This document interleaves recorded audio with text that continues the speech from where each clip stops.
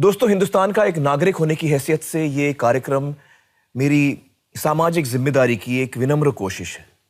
मैं अपने दर्शकों को ये यकीन दिलाना चाहता हूं कि किसी भी इंसान को बदनाम करना, किसी के जज्बात को ठेस पहुंचाना या किसी के ऊपर कोई फैसला सुनाना, ये मेरा इरादा नहीं है।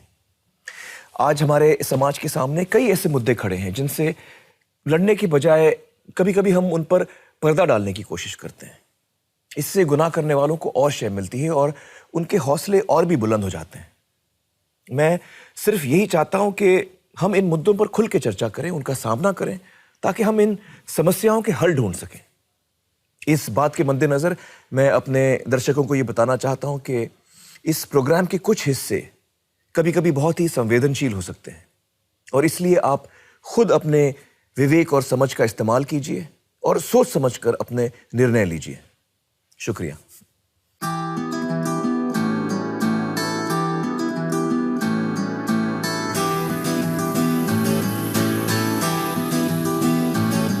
तेरा रंग ऐसा चढ़ गया कोई और रंग ना चढ़ सके, तेरा नाम सीने पे लिखा हर कोई आके पढ़ सके। है जुनून है तेरे इश्क का, ये जुनून है रग रग में इश्क तेरा दौड़ता, ये भावना सा खून है। तूने ही सिखाया सच्चाइयों का मतलब, तेरे पास आके जाना मैंने जिंदगी का मकसद। सत्यमेव सत्यमेव सत्यमेव जयते, सच्चा है प्यार मेरा, सत्यमेव जयते, सत्यमेव सत्यमेव सत्यमेव जयते। नमस्कार, आदाब, खुशामदीद, सत्यमेव जयते। दोस्तों, आज का जो विषय है वो थोड़ा संवेदनशील है और हो सकता है कि कई माँ बाप ना चाहें कि उनके बच्चे आज का शो देखें। अगर ऐसा है तो आप अपने बच्चों को नज़दीक के कमरे में भेज सकते हैं या और कोई सुरक्षित जगह पे भेज सकते हैं। हालांकि मेरा ये मानना है कि 10 और 12 बरस के बच्चों को ये शो ज़रूर देखना चाहिए, लेकिन ये मेरी अपनी राय है। हर माँ बाप की अपनी राय अलग होती है और हम इस बात की इज्जत करते हैं। जैसे जैसे शो आगे बढ़ेगा, आज का जो टॉपिक है, आज का विषय जो है वो आपके सामने खुलेगा और ये फैसला आप तब भी ले सकते हैं। चलिए दोस्तों, आज के हमारे टॉपिक की तरफ बढ़ते हैं। दोस्तों, रिसर्च के दौरान मेरी मुलाकात अलग अलग बहुत ही दिलचस्प लोगों से होती है और ऐसी ही एक दिलचस्प शख्सियत हैं गज़ल। गज़ल ने अपनी इंजीनियरिंग की पढ़ाई की, उसके बाद इन्फोसिस में कई साल भी काम किया, लेकिन आज वो हमारी फिल्म इंडस्ट्री में बतौर लेखक काम करती हैं। लेकिन सिर्फ ये एक वजह नहीं है जिस वजह से मैं कह रहा हूँ कि गज़ल की ज़िंदगी बहुत ही दिलचस्प है। आइए मिलते हैं गज़ल से और उनके बारे में जानते हैं। कम गज़ल।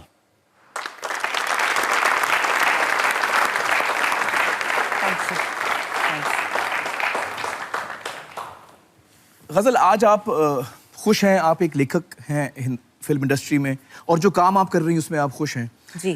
लेकिन एक वक्त था बचपन में जब आप बहुत सारे संघर्ष से, स्ट्रगल से गुजर रही थी जी। क्या उसके बारे में आप हमें बताना चाहेंगी? तो हुआ ये था कि मेरा जन्म एक गलत शरीर में हुआ था। तो मैं एक लड़के के शरीर में पैदा हुई थी। जब आप पैदा हुई थी तो आप एक लड़का थी? जी जी। लेकिन मैंने कभी भी अंदर से अपने आप को लड़का महसूस किया ही नहीं। जो भी छोटी छोटी चीज़ें भी मुझे अच्छी लगती थी, सब लड़कियों की तरह थी जी। मेरी ज़्यादातर दोस्त लड़कियां थीं। मुझे उनके साथ घर घर खेलना अच्छा लगता था। मम्मी के कपड़े में जब वो जाती थी घर से तो मैं मम्मी के कपड़े पहन लेती थी, उनके दुपट्टे के साथ खेलती थी। तो किस उम्र में आपको ये चीज़ें समझ में आने लगी? क्योंकि बच्चा जब बहुत छोटा होता है तो ये सारी चीज़ें शायद उसको एहसास ना हो। आप मान लीजिए 5 साल की उम्र से। जी जी। उस वक्त ऐसा एक्चुअली ये वाकया हुआ था कि मेरी मम्मी तो घर पे नहीं थी और मैं हमेशा की तरह उनके कपड़ों से खेल रही थी। मेरी एक आंटी थी, उन्हें देख के बहुत अजीब लगा। फिर उन्होंने ज़ोर से मुझे 2 बार तमाचे लगाए। मैं यहाँ पे लोगों को बताऊं कि क्योंकि मुझे भी थोड़ा कंफ्यूजन हो रहा है जी। आपको मैं देखता हूँ तो मुझे आप लड़की नजर आती हैं जी। तो जब आप बोलती हैं आप 5 साल की, तो मैं अपने माइंड में लड़की इमेजिन करता हूँ। हम लोग को इमेजिन करना है कि 5 साल की थी गज़ल, उस वक्त लड़का थी। जी। उस उम्र में ये वाकया हुआ आपके साथ। जी। और आपकी आंटी ने आपको उस वक्त मारा। जी। तो उस वक्त आपको क्या महसूस हुआ? उस वक्त मुझे पहली बार मुझे ये समझ में आया कि जो मैं अपने आप को समझ रही हूँ वो मैं दूसरों की नज़र में नहीं हूँ, कि कुछ गड़बड़ है मेरे शरीर में और मेरे आत्मा में। मेरी आत्मा का जो लिंग था, जेंडर था, वो मेरे शरीर के जेंडर से बिल्कुल ऑपोजिट था, अलग था। और ये बात बहुत धीरे धीरे और समझ में आती गई जैसे मैं और बड़ी होती गई। जी। लेकिन किसी को भी मैं बहुत देर तक ये बता नहीं पाई।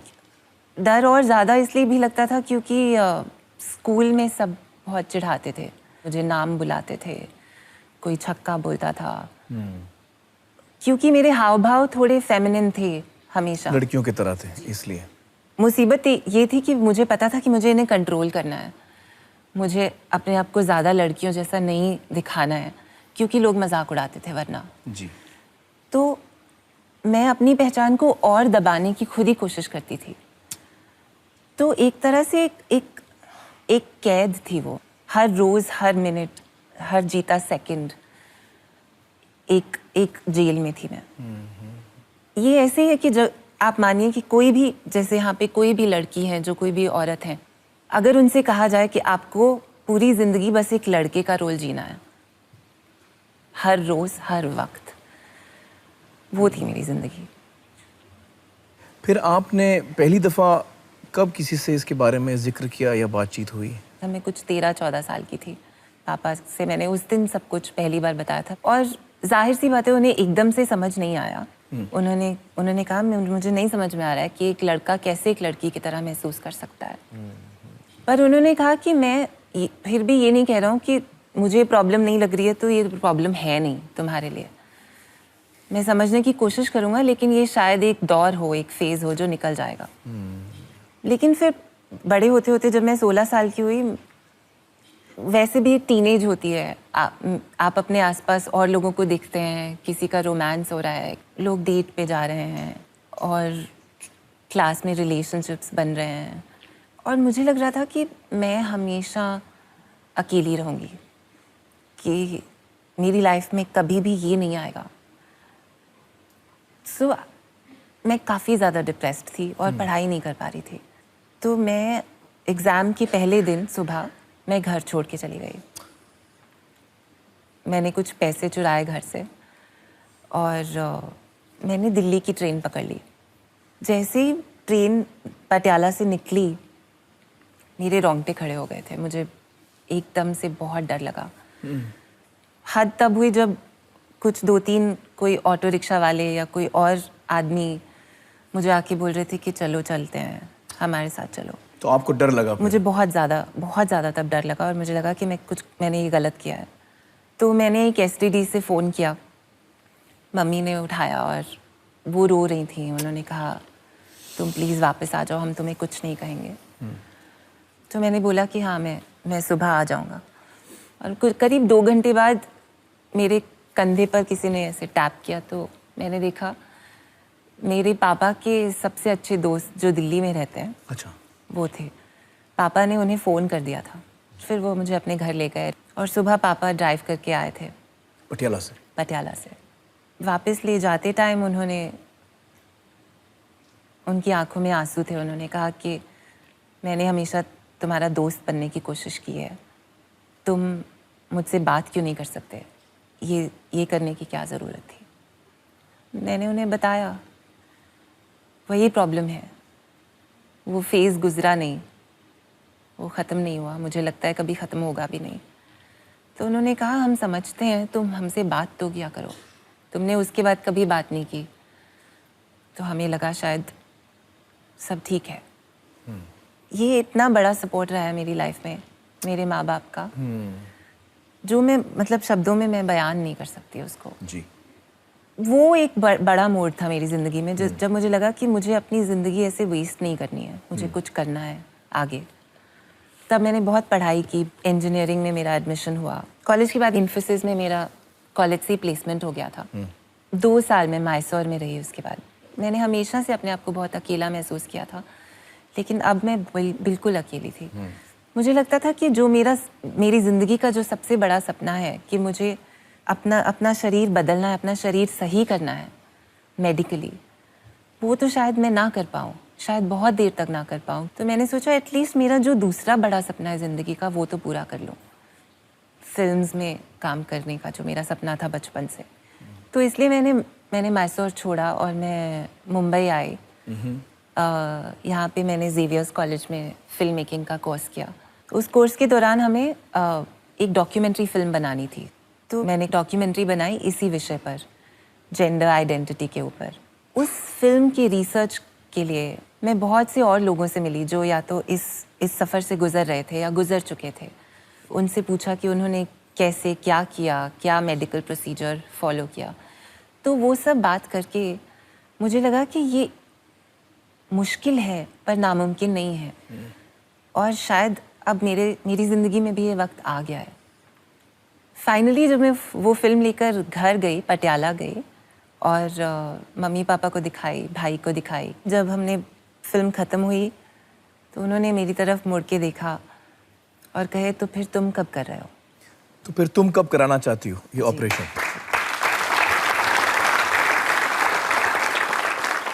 वो टर्निंग पॉइंट था। उसके बाद मुझे पीछे मुड़ के नहीं देखना पड़ा, और मैंने एक लंबा सा ईमेल लिख के मैंने अपने सब दोस्तों, सब रिश्तेदारों, सब पहचान वालों को बताया कि आपको मेरे बारे में ये सच नहीं मालूम, और असल में मैं एक लड़की हूँ। अंदर से मैं एक लड़की हूँ, शरीर मैंने लड़के का पाया है। जी। तो अब मैं अपने शरीर को भी बदलने जा रही हूँ। जी। मुझे सबसे बड़ी खुशी इस बात की है कि उनमें से किसी ने भी, जो भी लोग मेरी ज़िंदगी में इम्पोर्टेंट थे, कोई भी छूटा नहीं। सब उस ज़िंदगी से मेरे साथ, इस ज़िंदगी में मेरे साथ आए हैं। इस सब के बाद जब फाइनली आपका ऑपरेशन कंप्लीट हुआ और आपको पहली दफ़ा लगा कि हाँ, अब मेरे पास शरीर वही है जो मैं हमेशा चाहती थी, जो मेरी आत्मा थी, अब मेरा शरीर भी वही है, तो क्या लगा आपको? क्या महसूस हुआ? क्या फील हुआ? सर्जरी के बाद जब नर्स ने पट्टी खोलकर बताया, दिखाया, तो वो हैरान थी मेरा रिएक्शन देखकर। वो बोली कि दूसरी लड़कियां तो उछलने कूदने लगती हैं, बहुत खुश हो जाती हैं, लेकिन मैं बहुत बहुत शांत महसूस कर रही थी। मुझे लग रहा था कि यही तो होना चाहिए था, यही तो सही है। इसमें क्या है? एक्साइटमेंट नहीं था, वो पीस था कि जो रूह है वो पहली बार शरीर के साथ। हाँ, पहली दफ़ा आपको शांति महसूस हुई? जी, बहुत ज़्यादा शांति। मुझे हर रोज़ ऐसा लगता है जैसे एक गिफ्ट है, एक तोहफा है। मुझे हर रोज़ मैं आज़ाद महसूस करती हूँ। जेल ख़त्म हो गई है, और मुझे लगता है कि अभी मतलब एक 6-7 साल की लड़की हूँ। अभी आपकी ज़िंदगी शुरू हुई है। अभी शुरू हुई है, अभी शुरू हुई है। अब आपको लोग देखते हैं, बहुत सारे लड़के देखते होंगे, they must be finding you attractive. हाँ, How do you feel? वो अटेंशन मुझे लगता है बहुत बड़ी बात है मेरे लिए। मुझे ऑब्वियसली अच्छा लगता है। मैं सोचती हूँ ठीक है, थोड़ा लेट आया तो कोई बात नहीं। गज़ल, मुझे बताइए, आज आप जब अपनी ज़िंदगी को आगे देखती हैं तो आपके क्या सपने हैं? इस वक्त तो सपना ये है कि मेरी एक फिल्म रिलीज हो जाए।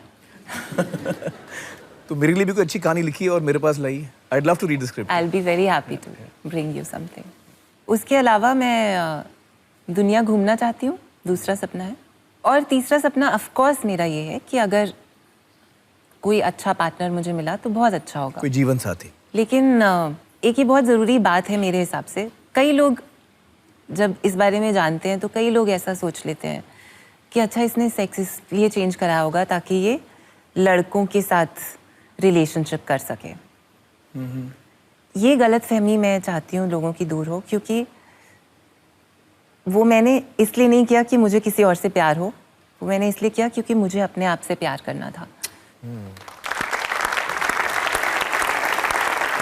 गज़ल, हमने सुना है कि आप बड़ा अच्छा गाती हैं। मैं कुछ सुनाई? ओके।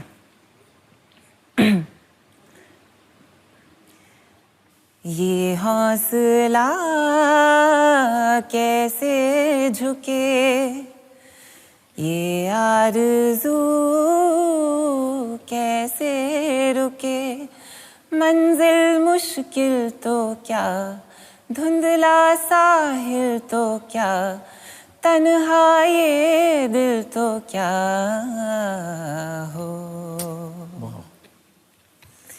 ये हौसला कैसे झुके। ब्यूटीफुल। चलिए गजल, अब हम मिलना चाहेंगे आपके माता पिता से, जो मेरे लिए इस पूरी कहानी में वो सबसे बड़ी हीरो वही हैं। मैं नेता देना चाहूंगा भजन प्रताप सिंह जी को और सुकर्णी जी को।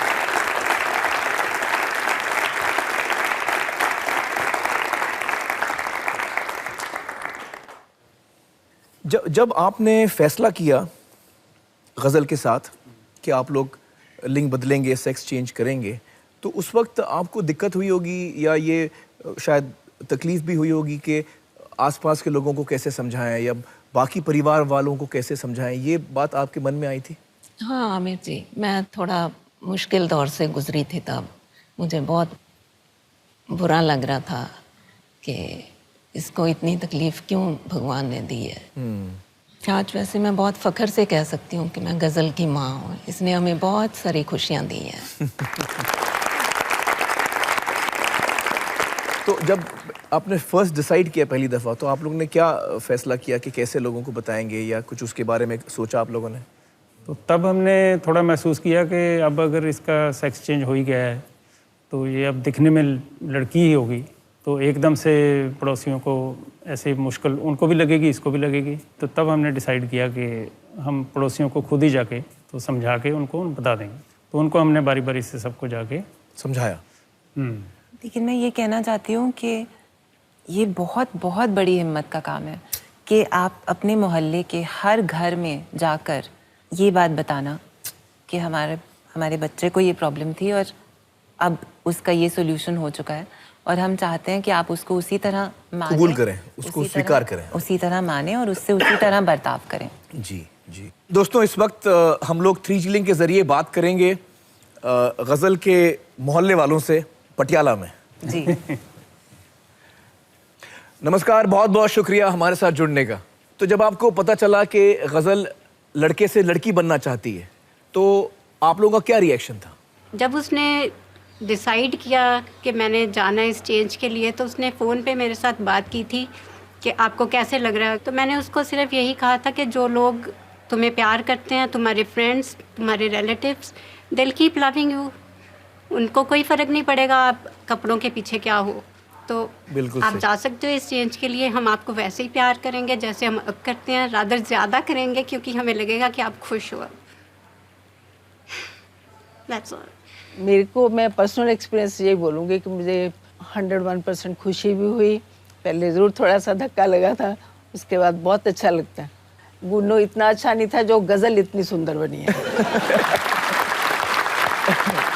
अब जो है कि she is the most graceful girl I have seen in our family. क्या बात है। बहुत बहुत शुक्रिया हमसे बातचीत करने का। Thank you so much. Thank you. देखिए, जब माँ बाप स्वीकार करते हैं तो उसके साथ साथ आसपास के लोग भी एक्सेप्ट कर लेते हैं जब माँ बाप एक्सेप्ट करते हैं। हाँ ये तो है। और उन्होंने किया भी है। हाँ हाँ, इसलिए मेरे लिए आप दोनों इतने बड़े हीरोज हैं। Thank you sir. मेरी दुआ है कि सारे बच्चों को आप जैसे माँ बाप मिले। बहुत बहुत शुक्रिया यहाँ पर आप लोग आए और हमसे बातचीत Thank की। you very much. और मैं खास तौर से आप लोगों को सैल्यूट करना चाहता हूँ क्योंकि आप लोग एकदम सुपर डुपर पेरेंट्स हैं। आप भी बहुत, आप गले लगे, गले लगे।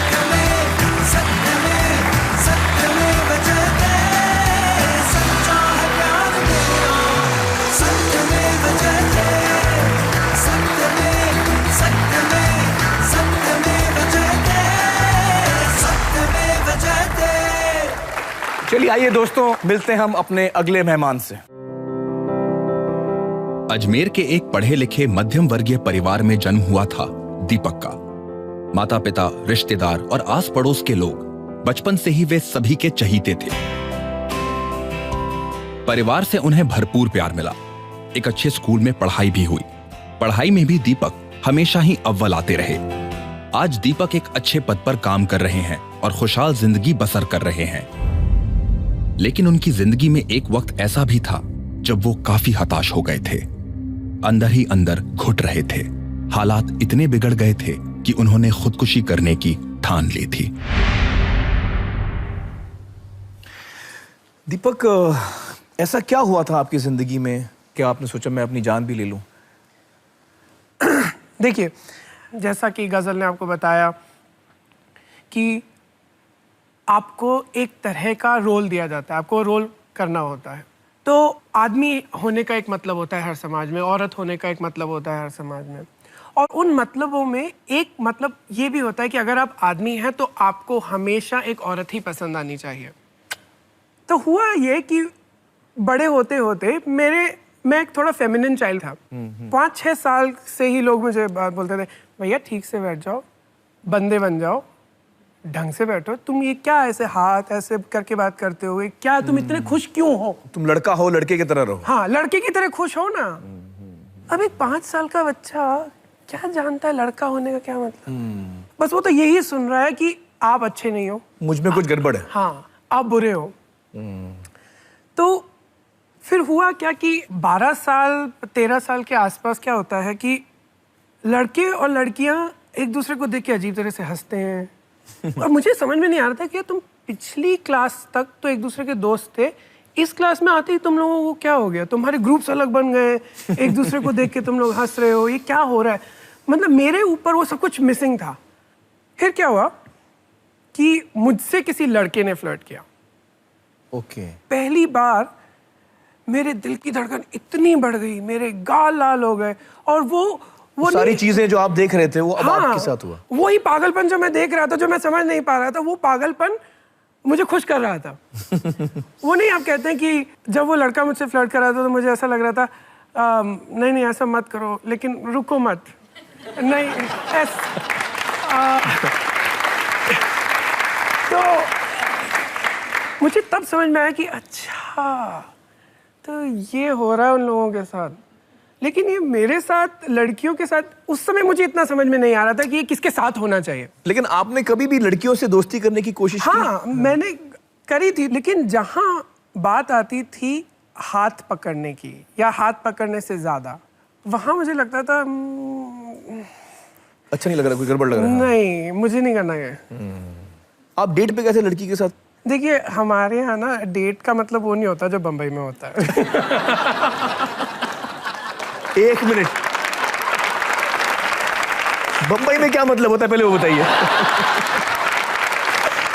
फिर मुझे अजमेर का बताइए मतलब। नहीं, देखिए हमारे यहाँ, खैर वो वाली बात तो हम छोड़ देते हैं। हम बस आपको ये बताते हैं कि हमारी डेट बड़ी अनसक्सेसफुल थी। हाँ, हाँ। तो मेरी सबसे बड़ी जो स्ट्रेंथ थी वो मेरा परिवार। मैं एक बहुत अमीर तो नहीं, लेकिन एक बहुत पढ़े लिखे खानदान से था। मेरे माँ बाप ने मुझे कभी नहीं ये महसूस कराया कि मेरे अंदर कोई कमी है। अच्छा। तो अब क्या होता है, जब आपके माँ बाप इतने अच्छे हो तब आप उनको और प्राउड करना चाहते हो। तब आपको लगता है कि नहीं नहीं, आप उनकी शर्म नहीं, आप उनकी शान बनो। बिल्कुल सही। हाँ, हाँ, हाँ। लेकिन अब क्या होता जा रहा है कि जैसे जैसे आप बढ़ते जा रहे हो, 12, 13, 14 साल, आपको लगता जा रहा है नहीं यार, आप तो शर्म बनते जा रहे हो उनकी।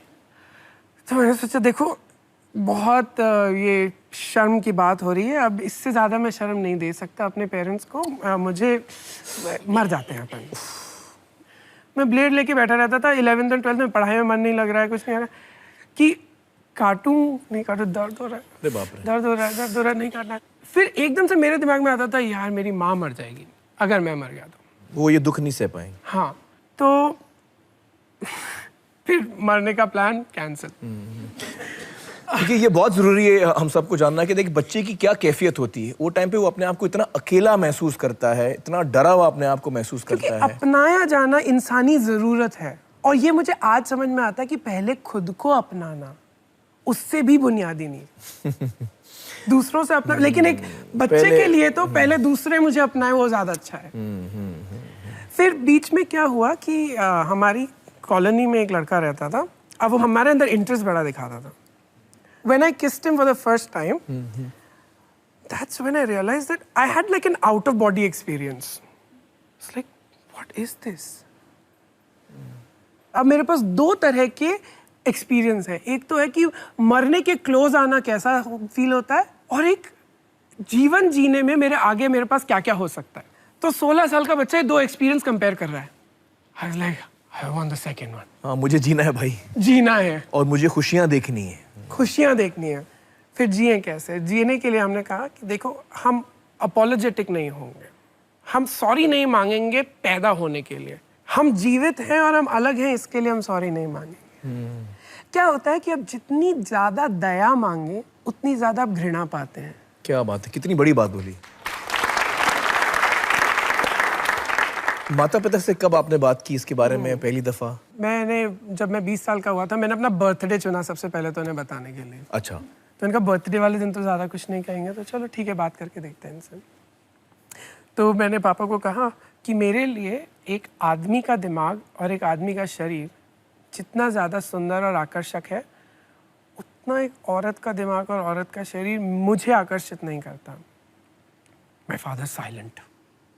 चुप हो गए वो एकदम. साइलेंट, पूरी तरह से शांत. मैंने कहा अब थप्पड़ पड़ेगा, अब थप्पड़ पड़ेगा, कुछ तो बोलो. अच्छा चिल्लाओ, मारो, कुछ करो, डांटो, चुप मत रहो, कुछ तो रिएक्शन दो. हाँ. फिर क्या हुआ कि ये चुप्पी चली 2 साल.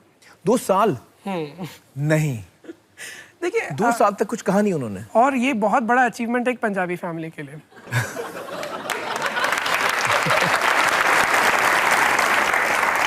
मुझे बताइए, आपके माता पिता ने ये अल्टीमेटली ये जर्नी कैसे पूरी की? उन्होंने अपने डर और मेरे लिए प्यार, इन दोनों के बीच में जो बैलेंस बनाया. उन्होंने कभी ये नहीं कहा कि हम डरे हुए नहीं हैं या हमें सब कुछ समझ में आ गया, सब कुछ ठीक है. अपने डर के प्रति वो इतने सच्चे थे. उन्होंने कहा देखो, मुझे समझ में नहीं आता, मुझसे इसके बारे में बात मत किया करो, तुम्हें जो करना तुम करो.